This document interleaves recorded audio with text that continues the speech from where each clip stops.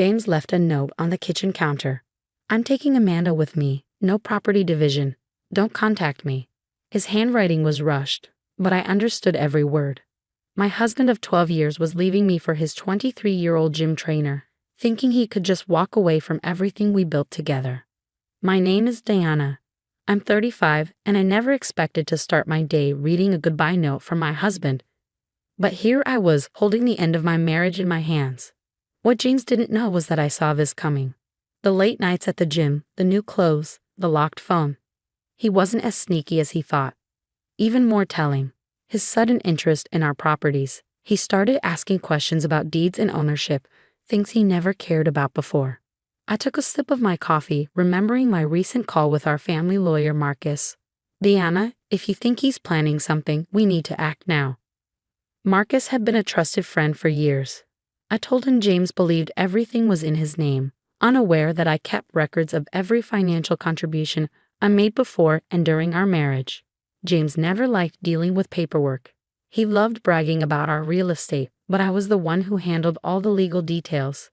At the start of our marriage, he happily left that boring stuff to me while he focused on the big picture. That worked in my favor. My phone buzzed. A message from James. Amanda and I need the house this weekend to get my things. Be gone. I actually laughed. He really thought he was in control. I walked to my home office and opened the safe behind a family photo.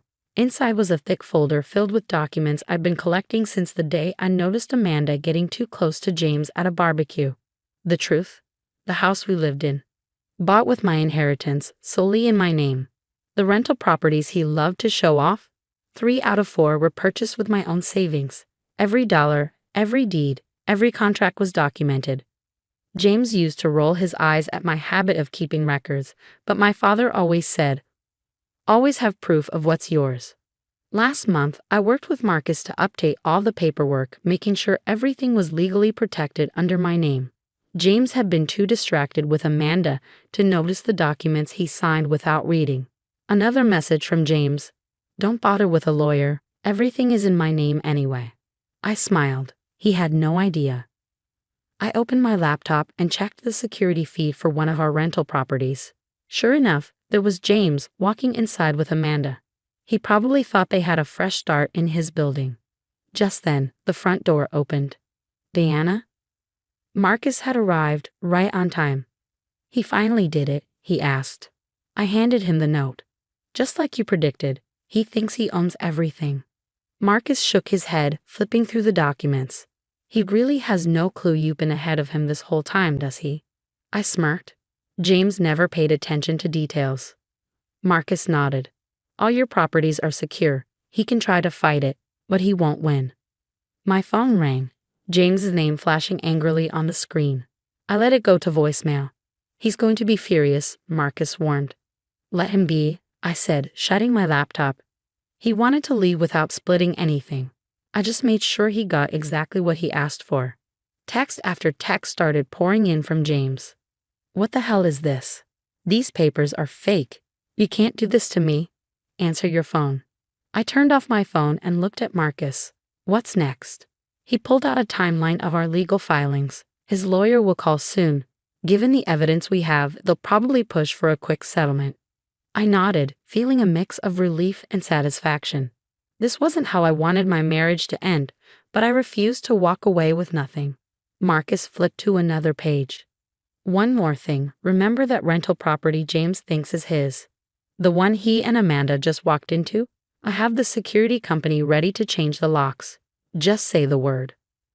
I thought about James and Amanda, sitting inside what they believed was their new home. I smiled. Do it. Marcus made the call. As I sat back in my chair, I felt calmer than I had in months. James had underestimated me for the last time. He thought he could take everything from me.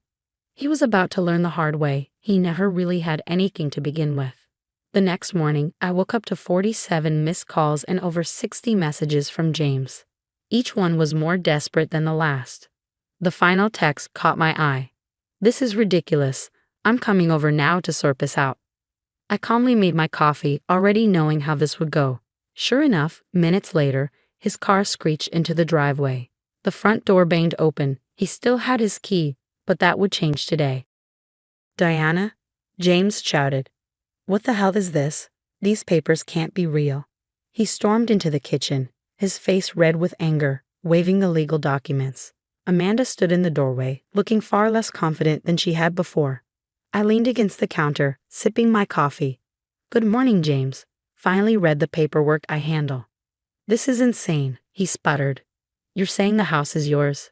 The rental properties too. I built this portfolio. I set my mug down. Did you? Which part exactly? The house my inheritance paid for. The rentals I bought with my engineering salary while you were off networking.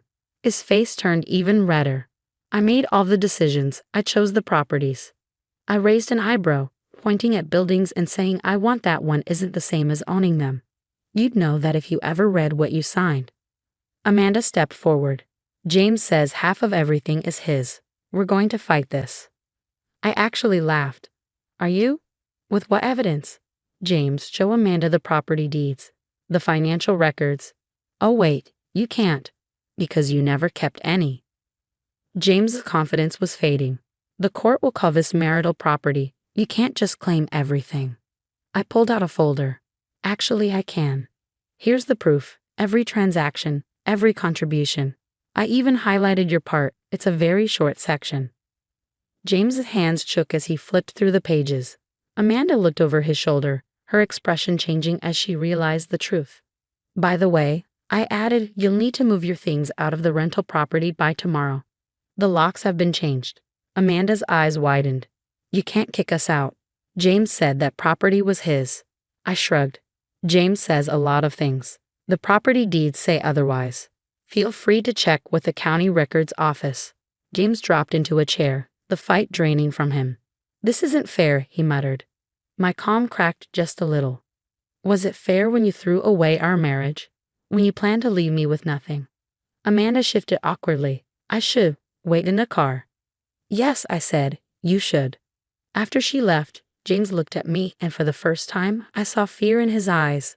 What do you want? I want you to understand what you've lost, I said.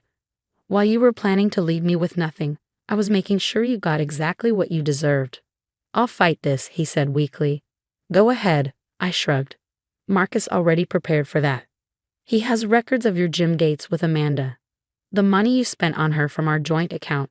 We can bring all of that to court. James swallowed hard. You planned this all along. No, James, I protected myself when I realized you were planning to betray me. There's a difference. His phone buzzed. Probably Amanda. He stared at it before asking, what about my clothes, my stuff? You can collect your personal things tomorrow between 9 and 11 a.m. Marcus will be here to supervise. After that, the locks will be changed. Marcus, he scoffed. Should have known you'd run to him. Yes, you should have. And you should also know that if you try to take anything that isn't yours, it'll be considered theft. There are cameras now. James stood up, shoulders slumped. I never thought you'd be so calculating. And I never thought you'd try to take everything from me, I replied. Life is full of surprises. At the door, he paused. I did love you once, you know. I know, I said. But love without respect isn't enough. You might want to remember that with Amanda. As he left, I let out a long breath. Through the window, I saw him arguing with Amanda in the car. I felt nothing for either of them. My phone buzzed. A message from Marcus. How did it go? Exactly as expected, I replied. Shocked, then angry, then defeated. Just like you said. Good. From now on, let me handle everything. I looked around the kitchen, remembering all the good times James and I had shared here. But I refused to let his betrayal define my future. Tomorrow, I would start fresh, knowing that I had outsmarted the man who thought he could leave me with nothing. 6 months after James left that note on my kitchen counter, I sat in Marcus's office, looking at the final divorce papers. The numbers told a clear story, one James hadn't planned for. He's agreed to everything, Marcus said, sliding the papers across his desk. The properties are yours, and he's dropping any claims to joint assets. I signed, feeling lighter with each stroke of the pen. How's he handling it? Marcus smirked. Let's just say his new life with Amanda isn't as glamorous as he hoped. They're renting a tiny apartment across town. Turns out, personal training doesn't pay much. I expected to feel satisfied, but all I felt was peace. And the last rental property, the one he thought was his, Marcus checked his files. New tenants move in next week. The rent will go straight to your account. As I left Marcus's office, my phone buzzed. James had sent a message. I hope you're happy. You took everything. I started to reply but then deleted it. He still didn't get it. I hadn't taken everything. I just kept what was rightfully mine. His own choices had cost him everything else. At home, I walked through the house. It felt different now. I had redecorated, swapping out the dark furniture James loved for bright, modern pieces. His sports memorabilia was gone, replaced with local artwork I had collected. My phone rang. Lisa.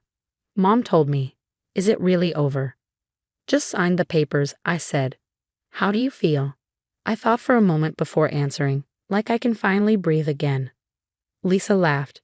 You know, when you started documenting everything before James left, I thought you were being paranoid. But you saw it coming, didn't you?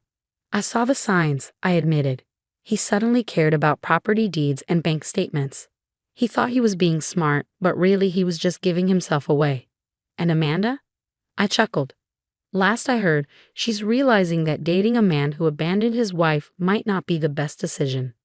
That evening, I poured a glass of wine and stepped onto the patio. The garden was blooming, a change I had made after James left. He liked a perfect lawn, but I had planted wildflowers and herbs instead. An email came in from the property management company. The rentals were doing well, and I didn't even have to worry about them. I had hired a team to handle it. A car door slammed next door. James and Amanda were visiting a friend across the street. They looked tired. No designer clothes, no expensive car. James glanced at my house, our old house, and saw me standing there. Our eyes met. I lifted my wine glass slightly, not to mock him, just to acknowledge the moment. He looked away and hurried inside. Later, as I got ready for bed, I found an old photo of us, back when we were happy. I put it in a box labeled past and shut the lid. A final text from Marcus appeared. Congrats. This isn't just an ending, it's a new beginning. He was right. James had tried to leave me with nothing, but instead, I had gained something even better, proof that I was stronger than he ever realized. The next morning, I woke up early, made coffee, and sat in my garden watching the sunrise. My divorce was final. My properties were secure. My future was mine to create. James had underestimated me. He thought I was weak. Instead, I had been 10 steps ahead the whole time. As I stood among the wildflowers, I smiled. The best response to betrayal isn't anger or revenge.